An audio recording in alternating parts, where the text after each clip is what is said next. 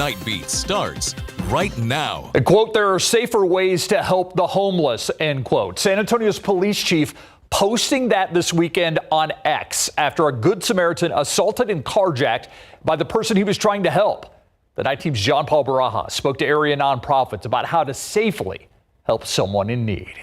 We don't want people to be afraid of those who are struggling, and yet we want to make sure that if you are going to give back to somebody that you do it in a safe way. It's a reminder for those who want to help someone in need, and a tough lesson San Antonio police say one driver learned Friday night. According to police, the victim stopped his car here on the 1400 block of North Zarzamora to give the suspect, who they say was panhandling at the time, some money. But when he did that, the suspect was able to assault him and steal his car. When SAPD arrived, that suspect took off, eventually crashing into an SAPD marked unit. I don't think it's the best to give out money on the street. There's lots of reasons why that can be troubling, but mostly because it's not a really good long-term solution. Dawn White-Fosdick is with Christian Assistance Ministries. The nonprofit helps those experiencing homelessness.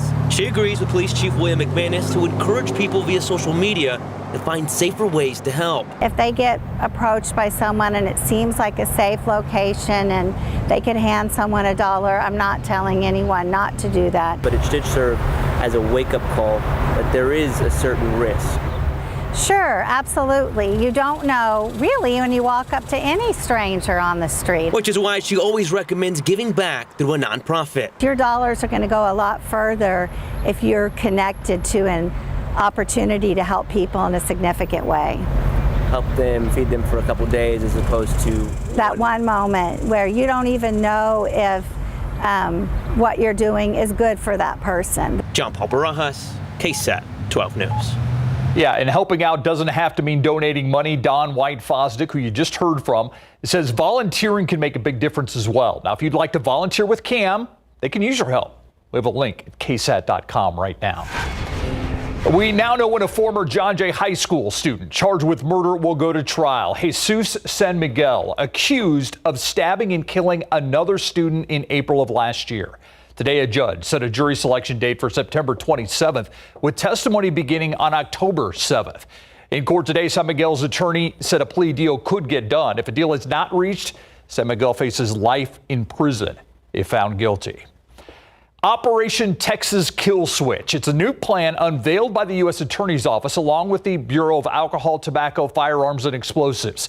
The goal is to crack down on these things you see in that guy's hand. They're small devices known as switches that turn semi-automatic weapons into fully automatic machine guns. Take a look at the difference one switch can make. I don't think I hit the steel but one time on that one. You see right now how much more deadly a firearm can be with the switch. Switchers are illegal for the general public. Right now, local Crime Stoppers are offering a reward for information that leads to people who have these switches or the 3D printers that are being used to make them. If you have information you'd like to submit, we can show you how to do so right now on KSAT.com. Many of us got some much needed rain earlier today. This is a look at the 24-hour rainfall totals from last night and this morning. And you can see that a lot of healthy rain fell across parts of the hill country, up to about 2 to 4 inches of rainfall. And then for parts of western Bexar County, up to 4 inches of rain right near the SeaWorld area. Through the middle of Bexar County, about an inch. But unfortunately, those east of San Antonio out near Schertz only got about 1/4 of an inch of rain. But if you're hoping for some more rainfall, there is the potential in the coming days. Probably not as widespread as what we had this morning, but tomorrow and Wednesday, there's a 30% chance for some storms. I'll be walking through your forecast for the day tomorrow coming up in just a bit. Steve. Bring on more rain. Thank you, Sarah. It's going to be another long week for anyone driving on I-35 on the northeast side. Over the next 5 nights, construction crews will be paving roadway, forcing a closure of several exit ramps. Specifically, we're talking about I-35 in the area of Pat Booker, O'Connor, Judson, and Weidner. We have a full breakdown on KSAT.com. By the way, the closures go into effect 8 p.m. to 5 a.m. every day this week. We now know construction happening all over town, in your neighborhood, I'm sure. That's why KSAT has you covered. Scan the QR code on your screen. It'll take you to our traffic authority page. That's where you're going to find a list of closures, detours, delays, so you can plan your commute ahead of time. Got some good news tonight for Karnes County drivers. State Highway 181's reopened within the last half hour. Part of that road closed for more than 8 hours after an 18-wheeler rolled over and spilled jet fuel. Happened about 1:30 this afternoon at Highway 181 near the Karnes and Wilson County lines. Both sides of the highway were shut down for the cleanup. No one seriously hurt in that accident. A woman recovering in the hospital right now after she was shot at a northeast Bexar County apartment complex. Happened at the Horizon Point Apartments near Wagner High School just before 6:30 tonight. The man that allegedly shot her now in custody after a brief standoff with police. It's unclear exactly what led up to this shooting. New on the Nightbeat, good news for teachers, at least in SAISD. More money is on the way for those who work at SAISD. The Board of Trustees approving a 2% general pay raise for all full-time permanent employees. The decision came during a specially called board meeting tonight. Some other highlights from that meeting: new incoming teachers will receive an increased entry salary of $58,400. Employees with certain roles in special education, deaf education, and facilities maintenance will be considered for pay grade elevations. Stopping the cycle of violence. It's the mission of the San Antonio Fatherhood Campaign. They're showing love and attention to thousands of local dads in an effort to help them deal with their own trauma, cultivate healthy relationships, and ultimately become a better parent. Frank Castro knows all about it. He spent most of his life pouring love back into communities like his. He grew up in a violent family. Castro created the Fatherhood Campaign 24 years ago because he believes fatherhood is a crucial pillar of life. Every year for Father's Day weekend, they host a Father's Day fiesta for fellowship and to give people exposure to exactly what they offer here. We can have discussions about how do I parent my child, to issues of domestic violence, to child wellness or relationship. Men actually honor other men by letting them know, I've seen you as a member of our community, as a role model. The Father's Day Fiesta is this Saturday from 9:30 to 12:30 at Opportunity Home Park. And if you or someone you know is in an abusive relationship, there is help out there. Scan the QR code on your screen. It will take you directly to a long list of resources. You can also visit ksat.com/domestic violence. A teenager shot twice overnight while he was sitting in his car, and San Antonio police are looking for the person who did it. It happened just after midnight behind a restaurant on Loop 1604 in Culebra. Officers tell us the 16-year-old had just finished working when he was shot at 6 times. He was hit once in the arm and once in the leg. Right now, police don't know who shot him or why. San Antonio police also looking for a driver who hit and killed a man crossing a street. Happened about 11:30 last night on East Commerce, not far from South Hackberry, near the Dome. SAPD says the man did not have the right-of-way when he was crossing the road. He was hit by a sport utility vehicle when he was crossing that road. He died at the scene. His name has not yet been released. A recall now. Chrysler SUV and truck owners, listen up. 211,000 vehicles being recalled over software malfunctions that could compromise stability control in these affected vehicles. The recall applies to 2022 models of Dodge Durangos, Ram 2500s, and Ram 3500s. Chrysler will start mailing out recall notices to owners starting July 26th. Officials also say dealerships will update the software in the affected vehicles for free. A company spokesperson asking all owners with questions to contact the dealership for more information about that software update. Time now for the Nightbeat News Flash. 4 instructors from Cornell College in Iowa in serious condition tonight after being stabbed at a park in China. The instructors there as part of a program with the local school. Still not clear how badly they were hurt or what led up to that attack. The Supreme Court will hear an appeal from Facebook centered around a massive data breach and how investors found out about the damage afterwards. Facebook contends it was open about the potential harm after the private info of millions of users obtained by Cambridge Analytica, a firm that worked with Donald Trump's 2016 presidential campaign. Investors don't agree, even after Facebook paid $5 billion to settle charges after that data breach. The Supreme Court could make a decision sometime next year. Apple announcing today they're going to be partnering with OpenAI to develop generative tools for iPhones. It's going to be called Apple Intelligence. Enhancements will be made to the Siri feature on iPhones to turn it into an iPhone chatbot, which should eventually learn each iPhone user's unique preferences. It's already controversial. And the fate of Hunter Biden now rests in the hands of the jury. Those jurors started deliberating this afternoon after closing arguments were heard in Hunter Biden's federal gun trial. Prosecutors say the president's son bought a pistol back in 2018 while he was regularly using drugs. Hunter Biden could face up to 25 years in prison and fines if found guilty. The president says he would not pardon his son if he's convicted. And that's a look at your Nightbeat News Flash. I want to tell you about something happening later this week. Our KSAT community partners, we're going to have a town hall to discuss the growing challenges of elder abuse in our community. Our Avery Everett will be speaking with members from Adult Protective Services to talk about what's being done to combat elder abuse. It's happening Thursday, June 13th at 2 p.m. You can watch it live on KSAT Plus. You can also get more information on ksatcommunity.com. They're known as a staple of Texas road trips, and now there's an even bigger one you can visit not far from San Antonio. Next on the Nightbeat, we take you to the opening ceremony for the largest Buc-ee's store in the nation. And are you hoping to get your kids off of their tablets and out of the house this summer? We've got some options for you at Hardburger Park. We'll tell you about it next on the Nightbeat.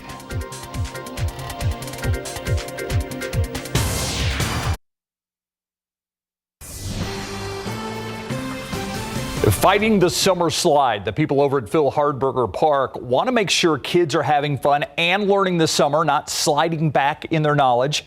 There's a full slate of events planned, including a pride hike, story time in the park, and a nature walk.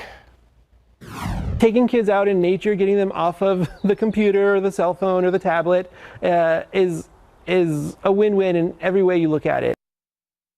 Now, we only mentioned a few of the events happening at Hardburger Park this summer. For more info, you can visit philhardburgerpark.org.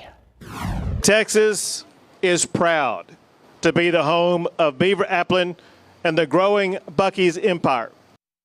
Governor Greg Abbott in Luling today, which is now home to the largest Buc-ee's location in the country. A ribbon cutting ceremony held today for this new massive store. The new location spans 75,000 square feet, has 120 gas pumps, and will employ about 200 people. Luling, located on I-10 between here and Houston. It's only about an hour from San Antonio. You can read all about the brand new facility over on KSAT.com. I am relieved to know this because I was in Tennessee a few weeks ago, and they said they had the largest Buc-ee's, and I said that is not possible. The largest Buc-ee's should be in Texas. I'm glad to know it will be. Back to where it belongs, right? Exactly right. What do you get at? I mean, everything's bigger in Texas, right? Of course. What do you get at Buc-ee's when you stop? There's a lot of things I get. I usually get the Boston baked beans. Those are good. Those are good. I kind of like their brisket sandwich. I know there's so much more better barbecue around Texas, but Buc-ee's is pretty good. Their sandwich is really good. I do have to admit that, yeah. And of course the nuggets too. Got to remember those. All right, let's go ahead and take a look at some of those pictures that you sent into our KSAT Connect. This is 4 inches of rain in Helotes in less than 24 hours. Unfortunately, some of these storms did come with some tree damage in some spots. This is out near Petrenko in 1604. You can see the tree damage there. Thankfully, it didn't fall in the house there. And of course, there was quite a bit of ponding on the roads this morning, even some flooding. This is a stark reminder. Turn around, don't drown. There are very frequent low water crossings that get flooded even when we get 2 inches of rain in San Antonio. And this is an overflowing rain gauge out in far west San Antonio. So yes, many folks got some good rain. Officially at the airport, we clocked in 87 hundredths, and the high today was only 94 because we had a little extra cloud cover out there. Here's a look at the setup for you, the weather setup. What I'm showing you is across the state of Texas, we've got this high pressure system that's right over Mexico, and this is helping to steer our upper level winds. This is the reason why we had storms last night and this morning, because some storms developed near San Angelo. They were able to ride along those upper level winds, and they made it to the Alamo City and produced a lot of rain for us. Now, they don't always make it to San Antonio. Sometimes they fizzle out before they get here, and this is the weather pattern we're going to have in the next couple of days. Storms will develop in the Panhandle and near San Angelo, and they have the potential to hang on and make it to San Antonio. Here's a look at the futurecast for you. This is overnight tonight. Should be fairly quiet overnight, but by the early morning hours, there could be some storms across the hill country that hold on to make it to San Antonio. So odds are that the morning commute tomorrow will be a lot better than it was this morning, but there is still a small chance for a few storms in the early morning hours. Slightly better chances in the afternoon after we get some daytime heating, some fuel for some storms. Some of those storms could move into the San Antonio and Hill Country area from about 4 o'clock on in the afternoon. So I would say if there's a commute to watch out for, it's more so the evening commute than the morning commute tomorrow. Keep that in mind. And then again on Wednesday, we have a chance for some storms. We'll call it 30% today and tomorrow, tomorrow and Wednesday, because again, those storms could fizzle out before they reach us. But we're hoping we get in on a little bit more rain, because, as you know, the summer months tend to be pretty dry. So only a 20% chance in the morning. We'll be waking up to 74 degrees. By noon, it'll be 88. It is going to be warm tomorrow, but not necessarily super hot. We'll get up to 95 degrees, and then it's in the afternoon and evening that we have that 30% chance for a few storms. So that high pressure system that's directing our winds and allowing for us to see storms is actually also going to be building overhead as a heat dome in the coming days too. So after our chance for storms tomorrow and Wednesday, the heat is going to be back just in time for the weekend. Saturday 99, 100 on Sunday. So Steve, that's my early Father's Day gift to you, 100 degrees. Thank you. Just that you always know what I want. Absolutely. Sure. Let's take a look outside with live cam. It's a nice night this evening. It's not too bad out there right now with temperatures generally falling into the 80s. And it's clear. You can see some stars out there. I want to give Sarah some props, by the way. You've heard of The Price is Right. We did The Time is Right tonight in the KSAT 12 newsroom. We were trying to guess what time the hockey game would get over, what time we would be on. You guessed 10:18? Yeah, it's pretty close. We got on at 10:20. So she didn't win both showcases, but she did. Good job. She did a good job. That's awesome. All right, so fans were not happy with what the Cowboys did in free agency, but how do the Cowboys feel about it? Yeah, not much externally. Internally at camp, I got a pretty good vibe overall of how the team is feeling. There's a lot up in the air right now. It's not just free agency, lack thereof of moves, but also contracts. And superstar edge rusher Micah Parsons was asked if he's disappointed in the team's offseason activity. We'll hear his answer coming up. And the Men's College World Series field is set. The 8-team field is made up of just ACC and SEC teams, including the Aggies. A&M's matchup revealed after the break.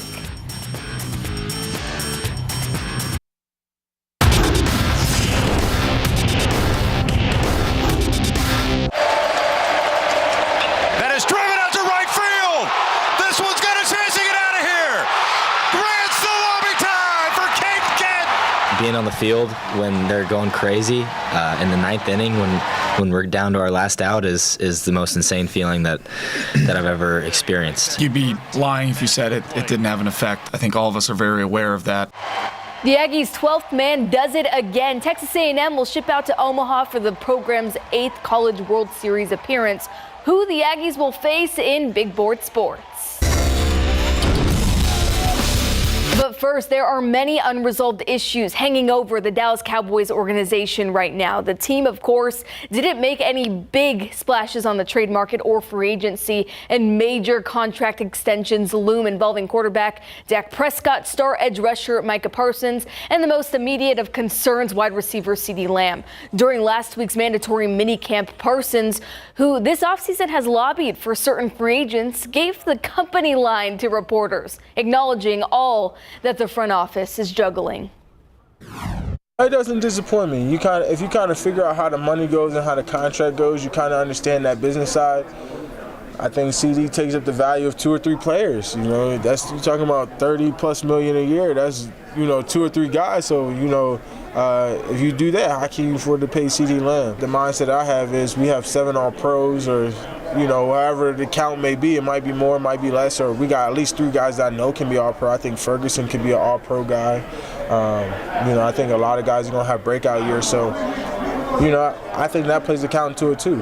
Tyler Smith, I think he'll be first-team All-Pro this year, and you got to think about him towards the future. So when you talk about all these guys, it just leads to say, hey, when are the other guys going to step up and be better for the team? Well, Parsons is in line to be one of the highest-paid NFL players. Whether or not the Cowboys pay him is the question.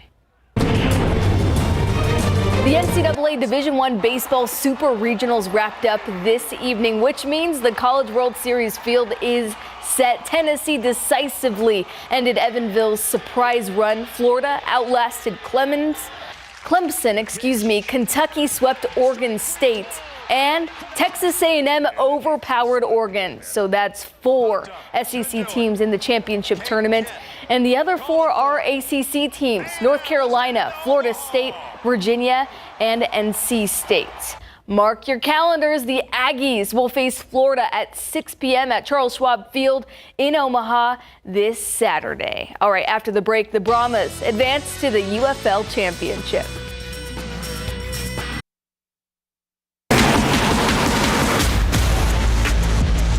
San Antonio wins the XFL Conference Championship for Wade Phillips. Third time's a charm. The San Antonio Brahmas dropped both of their regular season matchups to the St. Louis Battlehawks, but proved victorious when it mattered most in the XFL Conference Championship to clinch a spot in the inaugural UFL title game, where they'll face the USFL Conference champs, the Birmingham Stallions. The Stallions only lost once this season, and it was to the Brahmas, Week 9, 18-9. The ship is this Sunday at 4 o'clock in St. Louis, so that's your Father's Day plans. And quick update out in San Francisco, the Astros series opener against the Giants. They're both tied at 1 run apiece in the top of the 9th. Close game. Houston is trending upward right now with a 5-3 record in June thus far. Is that what you're doing for Father's Day? Yeah, watching the Brahmas. Yeah, and Aggies on Saturday. I'll watch the Brahmas. Sarah will watch the Aggies for me. Right? Understandable. Yes. Here's your chance to help someone in need. Baptist Health System looking and asking for donations for this year's Healthy Over Hungry cereal drive. All week long, you can donate cereal boxes to any of the 5 Baptist Health hospitals. Last year, the hospital system collected nearly 4,000 pounds of cereal. This year, they're hoping to exceed that amount. Head to our website and look for this article for more information. And calling all Peso Pluma fans, 4 tickets to his July 27th concert at Frost Bank Center up for grabs right now on KSAT.com. All you've got to do is enter and be a KSAT insider. Sign up on our website. You have until 11:59 p.m. this Saturday night to enter, to be exact. Good luck. A chance to win those tickets. Hopefully a little bit of rain in the next couple of days. 30% chance tomorrow and Tuesday. That'll keep temperatures at bay for a little bit, but by the weekend we're going to be back to 100 degrees, back to sweating, back to the status quo. Hey, at least we got about an inch of rain at the airport and even more out to the west, so I'll take it. I'm happy. Definitely take it. Thank you, Sarah, and thank you for staying up late with us. Does it for the Nightbeat. See you tomorrow.